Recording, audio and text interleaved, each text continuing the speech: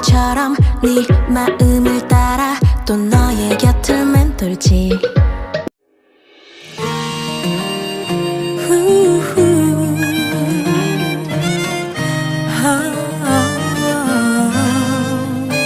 Assalamualaikum warahmatullahi wabarakatuh.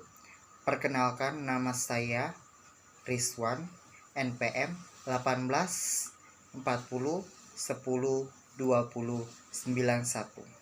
Saya prodi Manajemen Sumber Daya Perairan, Fakultas Perikanan dan Ilmu Kelautan, Universitas Borneo Tarakan. Baiklah, di sini saya akan menjawab pertanyaan. Yang pertama,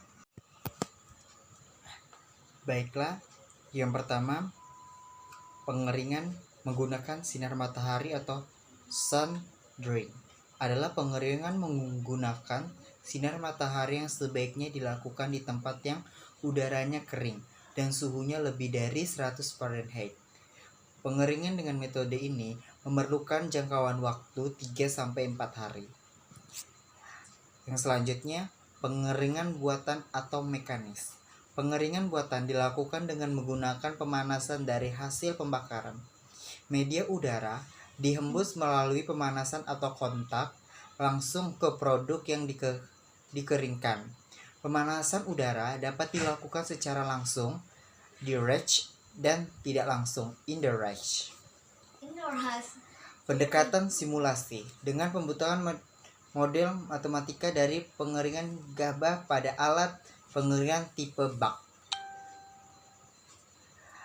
atau batch dry merupakan suatu cara yang dapat menggambarkan penampilan alat ping tanpa melakukan percobaan terlebih dahulu.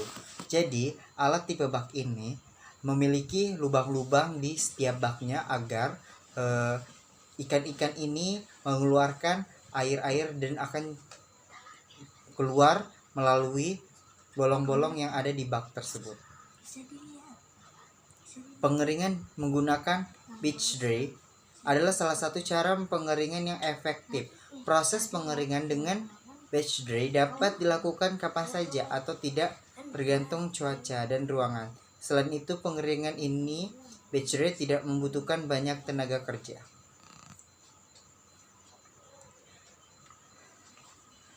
Pengeringan ikan tipe rak dengan menggunakan kolektor surya dengan penambahan buzzer 1, pengujian suhu untuk menguji 1 dan menguji 2. Selama 2 hari telah diperoleh efisien pengeringan menggunakan alat lebih besar dibandingkan dengan efisien pengeringan manual.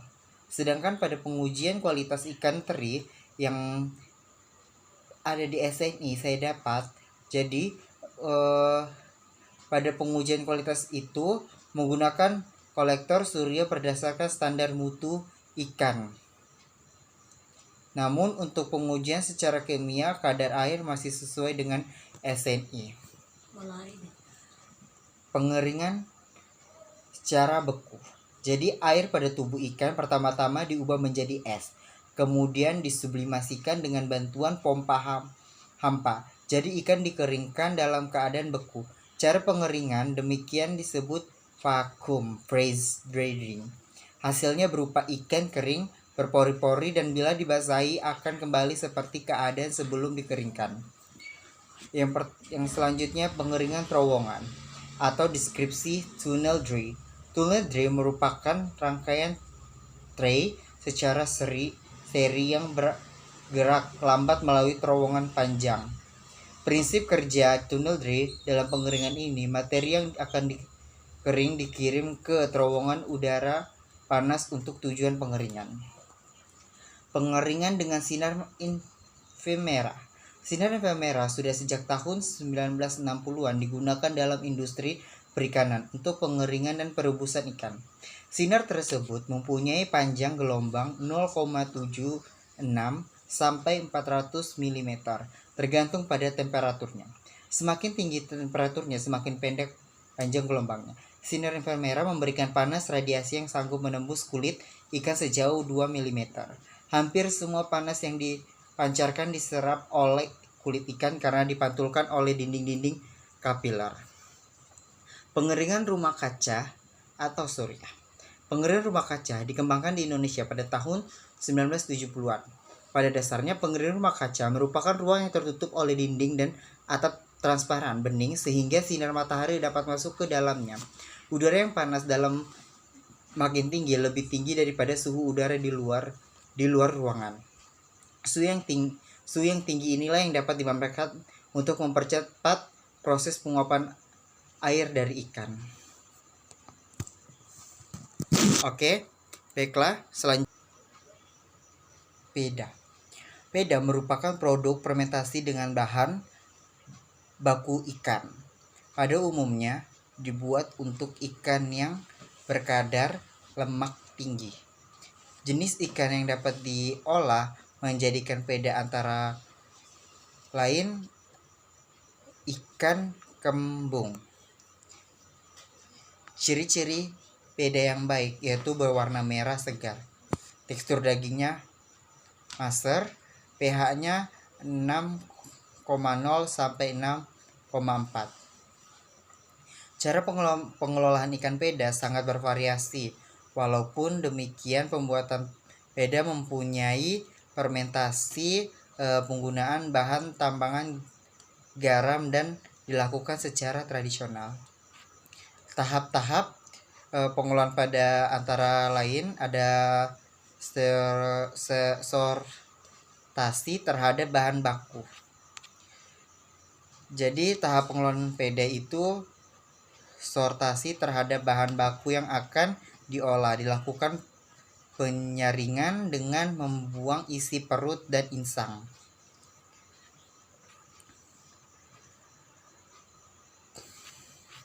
Yang selanjutnya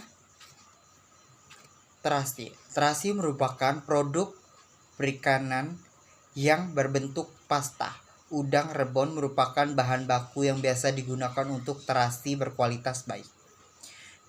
Perubahan selama fermentasi, campuran garam, rebon, dan bahan lainnya pada pembuatan terasi pada awalnya mempunyai nilai pH sekitar 6 dan selama proses fermentasi pH terasi yang terbentuk akan naik menjadi 6,5.